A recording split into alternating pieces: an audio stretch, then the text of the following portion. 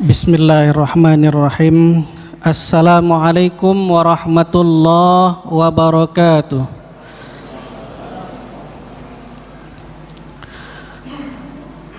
Alhamdulillahi rabbil alamin. Wassalatu wassalamu ala sayyidil mursalin wa ala alihi wa ashabihi ajma'in. Allahumma salli wa sallim ala Muhammad wa ala ali Muhammad kama sallaita ala Ibrahim wa ala ali Ibrahim. Rabbi shrah li sadri wa yassir li amri wahlul 'uqdatam min lisani yafqahu qawli. Amma ba'du. Hadirin jamaah salat Isya dan tarawih yang dirahmati Allah Subhanahu wa taala. Menjelang akhir-akhir Ramadan, tentu dalam menjalani hari-hari yang telah kita lewati, kita masing-masing telah berusaha semampu mungkin untuk mengisinya dengan amal ibadah dan perbuatan-perbuatan baik yang dianjurkan oleh Allah dan Rasul-Nya. Namun terkadang dalam menjalankan kegiatan-kegiatan selama bulan Ramadan ini, ada saja hal-hal yang dapat mengganggu, ada saja hal-hal yang dapat mengurangi rasa khusyuk dan rasa pengabdian kita kepada Allah Subhanahu wa taala dalam memanfaatkan momen yang luar biasa ini. Ramadan adalah momen di mana kita, setiap mukmin, diberikan kesempatan untuk melakukan amal ibadah, melakukan kegiatan, melakukan kebaikan-kebaikan sebagaimana yang telah diajarkan dan dianjurkan oleh Rasulullah sallallahu alaihi wasallam. Dalam ayat yang telah banyak disampaikan oleh para penceramah tentang puasa Ramadan, ayat itu menekankan kepada kita sebagai seorang mukmin untuk melaksanakan ibadah puasa. Kutiba alaikumus shiyam, melaksanakan ibadah yang diwajibkan oleh Allah Subhanahu wa taala dengan tujuan la'allakum tattaqun. Semoga kita yang melaksanakan ibadah puasa dan ibadah-ibadah lainnya yang mendukung ibadah puasa itu untuk mendapatkan derajat ketakwaan kepada Allah Subhanahu wa taala. Namun bagaimana kita ingin mengukur standar bahwa ibadah puasa itu sudah mencapai tingkat ketakwaan yang kita harapkan setelah Ramadan ini berakhir? Maka oleh sebab itu ada satu standar. Rasulullah sallallahu alaihi wasallam memberikan standar, inilah ciri orang yang ketika dia mendapatkan nilai ketakwaan itu setelah Ramadan. Ada 3 ciri yang Rasulullah sallallahu alaihi wasallam sampaikan dalam satu hadis sebenarnya. Bagaimana ciri seorang bertakwa itu? Dalam sebuah hadis Rasulullah menyampaikan, ittaqillaha haitsuma kunta. Bertakwalah kamu dimanapun kamu berada. Bahwa seseorang yang sudah menjalani ibadah Ramadan, itu dia akan mendapatkan nilai ketakwaan itu dan menanamkan nilai takwa yang ada di dalam dirinya dimanapun ia berada. Meski di tempat orang ramai maupun di tempat sunyi. Kadang-kadang ada orang yang menampakkan nilai ketakwaan, taat beribadah ketika ia berada di keramaian. Namun ketika berada di dalam tempat yang sunyi, hilang takwanya, hilang imannya. Sehingga Allah mengancam, Rasulullah mengancam orang-orang yang seperti ini adalah orang-orang yang sangat merugi.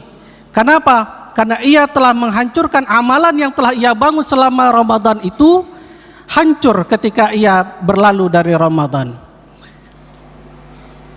Orang yang bertakwa adalah orang yang mampu menjaga dirinya. Tidak hanya dia mampu untuk melaksanakan kewajiban-kewajibannya kepada Allah dalam bentuk ibadah, baik itu ibadah mahdoh maupun ibadah sosial. Tetapi juga makna takwa itu adalah ia mampu menahan diri dan nafsunya untuk melakukan hal-hal yang buruk. Hadirin yang dirahmati Allah Subhanahu wa taala. Banyak orang ketika ia berhadapan dengan situasi yang mudah, dengan situasi yang aman, ia mampu menjaga dirinya, menjaga ibadahnya, menjaga keluarganya dari hal untuk melakukan kegiatan ibadah sehari suntuk. Tetapi terkadang ketika ada gangguan-gangguan, pengaruh-pengaruh lingkungan yang tidak baik, terkadang ia tidak mampu menjaga diri dan keluarganya dari pengaruh yang buruk itu. Oleh sebab itu, maka ciri yang pertama adalah orang yang berhasil ketika Ramadan. Kita lihat di setelah Ramadan, ia mampu menjaga ibadah dan menjaga dirinya dari hal-hal yang dimurkai oleh Allah Subhanahu wa taala.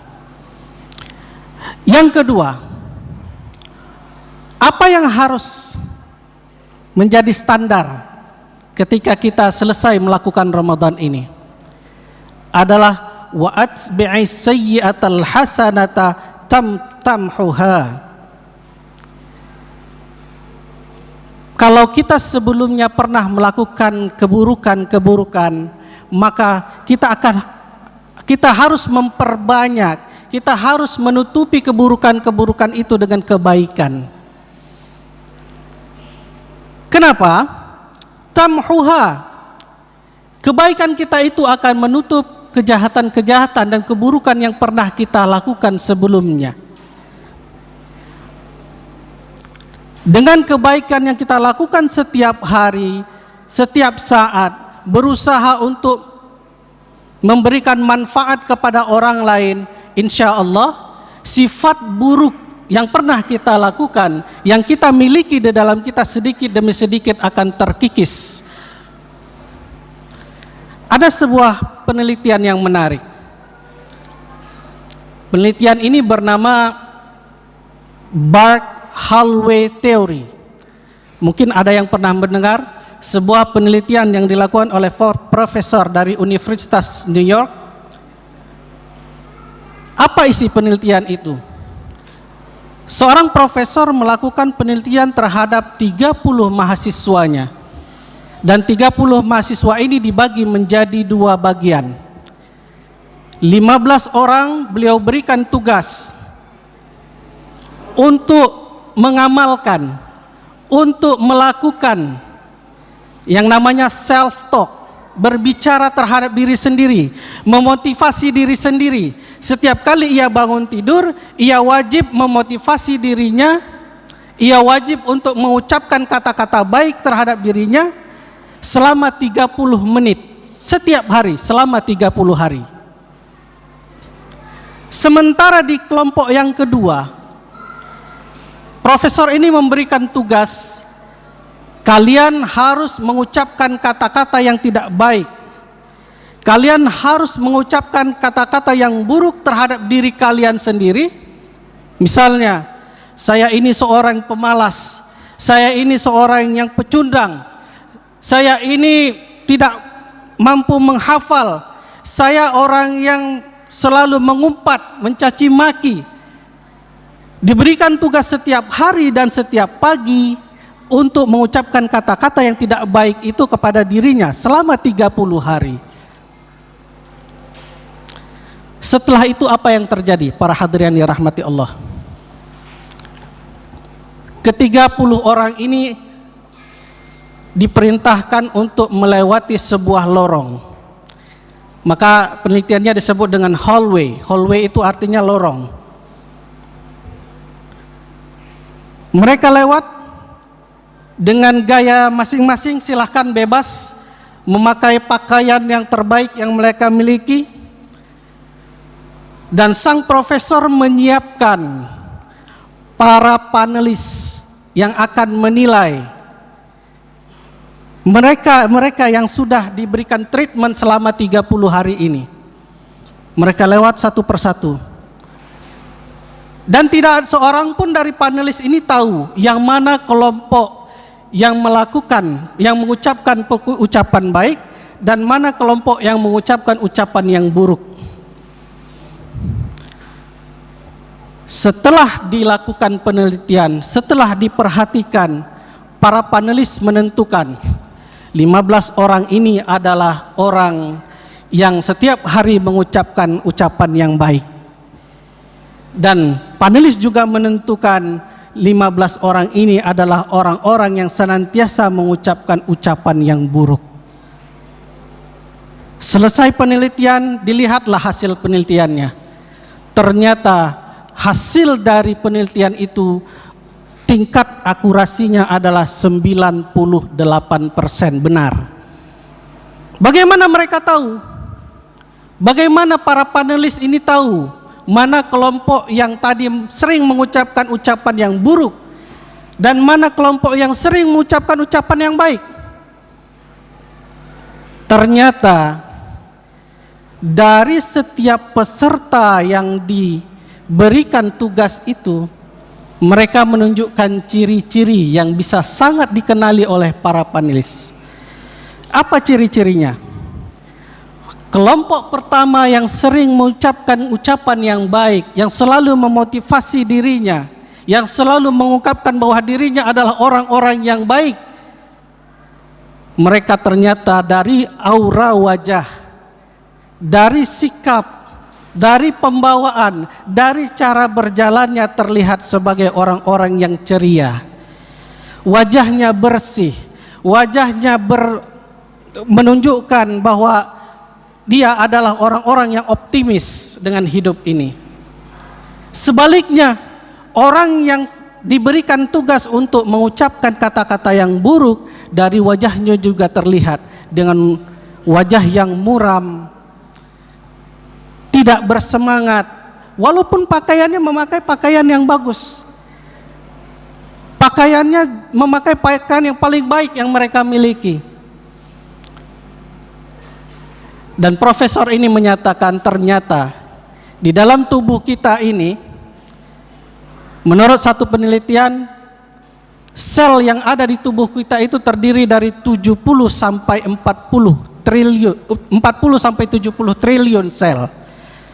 Dan setiap hari 1 triliun sel di tubuh kita ini akan melakukan regenerasi. Selama 30 hari tubuh kita akan melakukan regenerasi, dan itu setiap sel merekam apa yang kita lakukan setiap hari. Jika kebaikan yang kita lakukan, maka insya Allah dalam 30 hari kita akan membentuk sel-sel yang sel-sel yang mewarisi sifat-sifat yang baik ke dalam diri kita. Namun jika perbuatan yang kita lakukan adalah perbuatan-perbuatan yang buruk, maka sel yang tumbuh di dalam diri kita ini juga akan mewariskan sifat-sifat yang buruk ke dalam diri kita ini. Hadirin, tentu saja inilah hikmah dari Ramadan yang kita jalani. 30 hari kita mencoba membentuk diri, membentuk karakter kita masing-masing menjadi orang yang baik melalui perbuatan amal ibadah dan kebajikan selama bulan Ramadan ini. Dan apa ciri yang ketiga? Ketika orang yang sudah sukses menjalankan ibadah puasanya, wa khaliqin nas bi khuluqin hasan. Standar orang yang bertakwa, standar orang yang beriman adalah orang yang memiliki akhlak yang baik. Karena Rasulullah sallallahu alaihi wasallam tentu saja diutus untuk menyempurnakan akhlak manusia. Jika ada orang yang rajin beribadah, namun tidak baik kepada tetangganya, maka tidak sempurna imannya. Ini akhlak. Jika ada orang yang rajin bersedekah, tapi dari sedekahnya justru dia menyakiti orang lain, maka tidak sempurna sedekahnya, bahkan bisa membatalkan sedekahnya. Ini akhlak. Dan hati-hati, hari ini kita sering bersedekah, tapi tanpa kita sadari, kita sering menyakiti orang yang menerima sedekah itu. Tanpa kita sadari. Setiap kali bersedekah harus difoto selfie. Setiap kali bersedekah harus mengambil pose yang terbaik supaya diupload di media sosial. Kadang-kadang kita tidak tahu, hadirin yang dirahmati Allah, orang yang menerima ini dia tidak tersinggung atau tidak dengan sedekah yang kita berikan. Alangkah lebih baiknya jika kita berilah tanpa harus menyakiti orang yang menerima. Kecuali jika itu memang lembaga yang memberikan. Misal ada lembaga zakat memberikan kepada para penerima, para mustahik, dan itu digunakan sebagai laporan dan administrasi bagi lembaga itu mungkin masih dibolehkan. Tapi kalau bentuknya sedekah pribadi, saya kira lebih baik tidak perlu difoto, tidak perlu disebarkan di media sosial. Karena kadang-kadang orang miskin ini, ada orang miskin yang memang dia merasa memang orang miskin, tapi dia tidak ingin menampakkan kemiskinannya. Dia malu untuk meminta. Ada orang miskin seperti itu. Kalau kita membantu, bantu sajalah. Ini akhlak kita. Karena kadang ada juga orang yang bermental miskin. Bukan orang miskin, tapi mengaku miskin.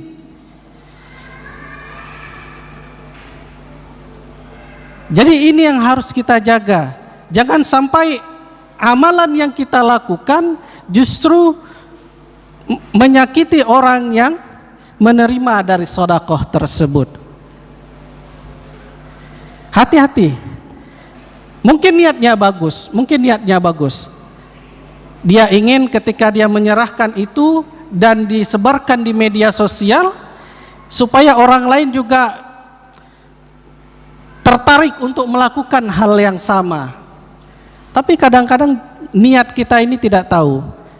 Kita ingin memberikan tetapi akhirnya kita menjadi riya. Jadi akhlak ini menjadi standar. Orang yang sukses di Ramadannya, maka kita lihat setelah Ramadan.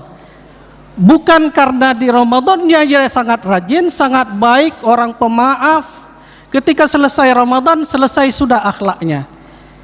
Di Ramadan dia rajin beribadah, ketika Ramadan, selesai Ramadan, selesai ibadahnya. Di Ramadan dia rajin bersedekah, ketika selesai Ramadan, selesai sudah sedekahnya. Berarti ini orang yang gagal membentuk dirinya di dalam bulan Ramadan ini. Hadirin yang dirahmati Allah Subhanahu wa taala, mudah-mudahan apa yang kita lakukan dari awal Ramadan sampai akhir nanti itu merupakan cara kita untuk membentuk pribadi-pribadi yang muttaqin, pribadi yang tidak hanya bermanfaat untuk diri kita sendiri, tetapi juga bermanfaat untuk orang-orang yang ada di sekitar kita. Demikian yang dapat kami sampaikan. Lebih kurangnya kami mohon maaf. Wabillahi at-taufiq wal hidayah. Wassalamualaikum warahmatullahi wabarakatuh.